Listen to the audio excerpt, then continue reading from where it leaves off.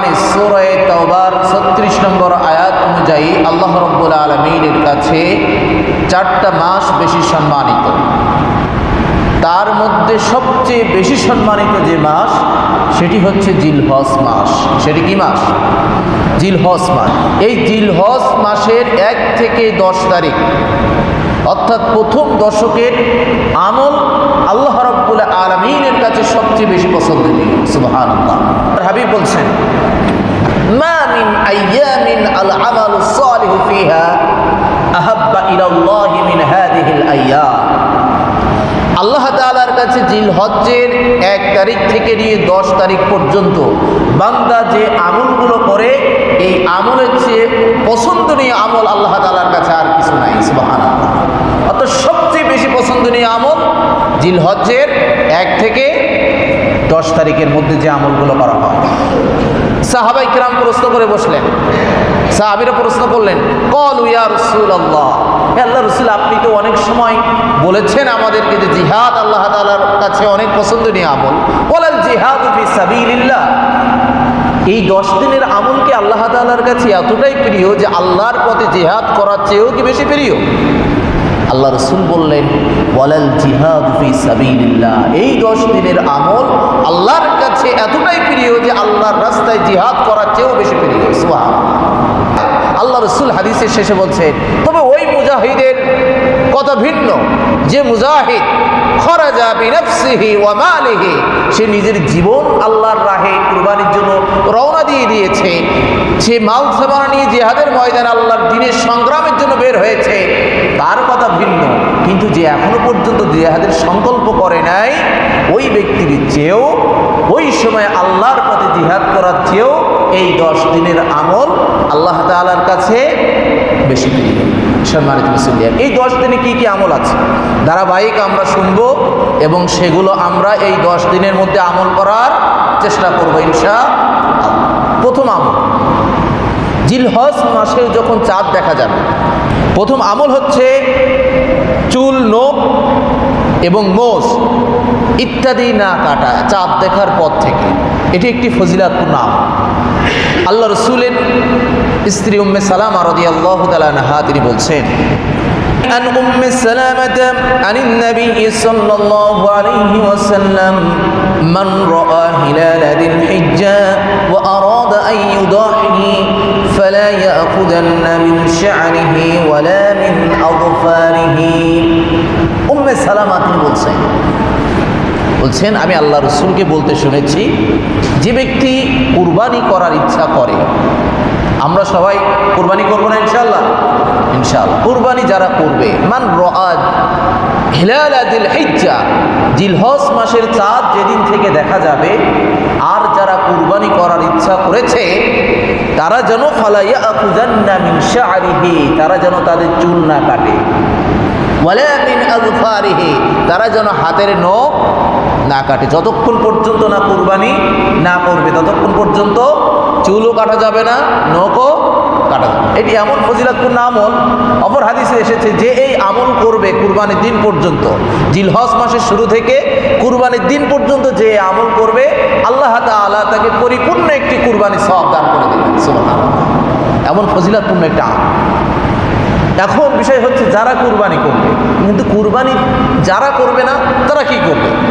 তাদের ক্ষেত্রেও হাদিস এসেছে।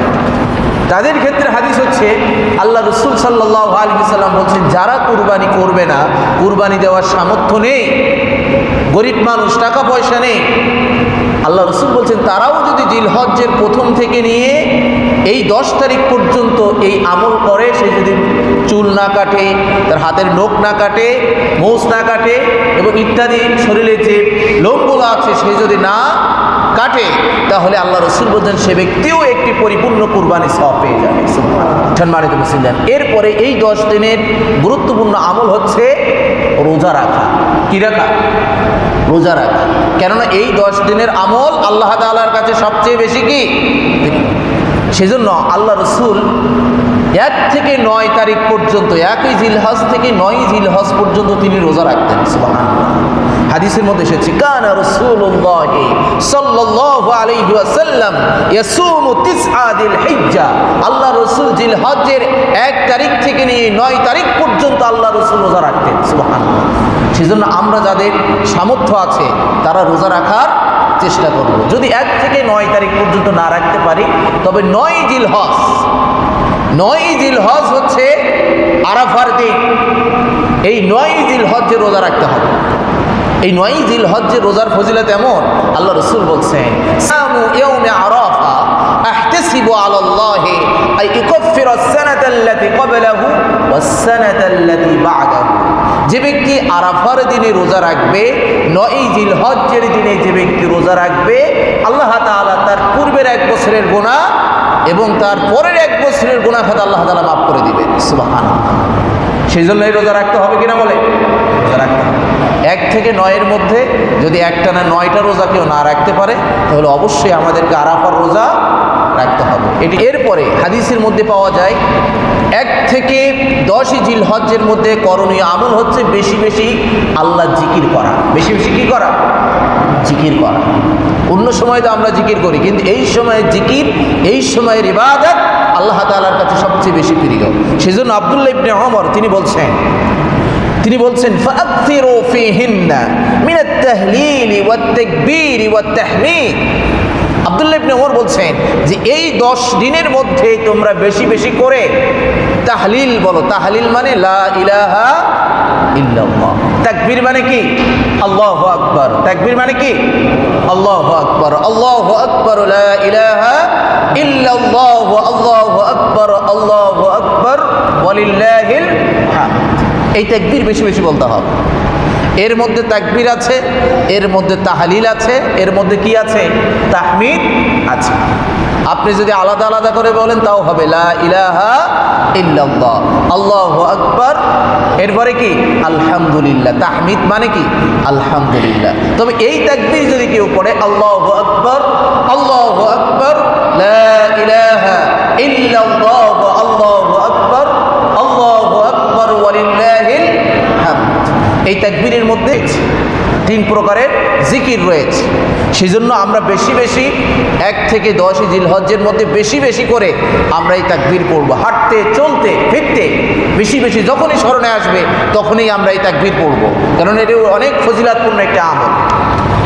সম্মানিত মুসলিম, এরপরে এই দশকের অন্যতম গুরুত্বপূর্ণ আমল হচ্ছে তাকবীরে তাশরিক। তাকবীরে তাশরিক যেটি 9 জিলহজ্জের ফজর থেকে, ভালো করে বুঝবেন, আমাদের দেশে 16 তারিখ অর্থাৎ 16ই জুন থেকে নিয়ে 20 জুন পর্যন্ত, 20 জুনের আসর পর্যন্ত মোট 23 ওয়াক্ত নামাজের পরে সকল নরনারীর জন্য একবার করে, পুরুষ পড়বে উচ্চস্বরে, নারী পড়বে নিম্নস্বরে, প্রতি ফরজ নামাজের পরে একবার করে আইয়ামে তাশরিক বলা ওয়াজিব। আইয়ামে তাশরিক বলা কি? ওয়াজিব। সে আইয়ামে তাশরিক কি? আল্লাহু আকবার লা ইলাহা ইল্লাল্লাহ আল্লাহু আকবার ওয়ালিল্লাহিল হামদ। তাহলে 16 তারিখ থেকে নিয়ে 20 তারিখ অর্থাৎ 9 জিলহজ থেকে নিয়ে 13 জিলহজ্জের আসর পর্যন্ত মোট 23 ওয়াক্ত নামাজের পরে, ফরজ নামাজের পরে একবার করে পুরুষ পড়বে উচ্চস্বরে, নারী পড়বে নিম্নস্বরে, সকলের উপরে আইয়ামে তাশরিক পড়া ওয়াজিব। এটি বলতে হবে। যদি আপনি কোনো কারণে ভুলে যান, যখনই স্মরণে আসবে তখনই বলতে হবে। যদি আপনার নামাজ কাজা হয়ে যায়, যখনই নামাজের কাজা আদায় করবেন তারপরেই আইয়ামে তাশরিক এটি উচ্চারণ করতে হবে। এর মধ্যে অন্যতম গুরুত্বপূর্ণ আমল হচ্ছে কি? কুরবানি করা। গুরুত্বপূর্ণ আমল কি? কুরবানি করা। এই কুরবানি কি?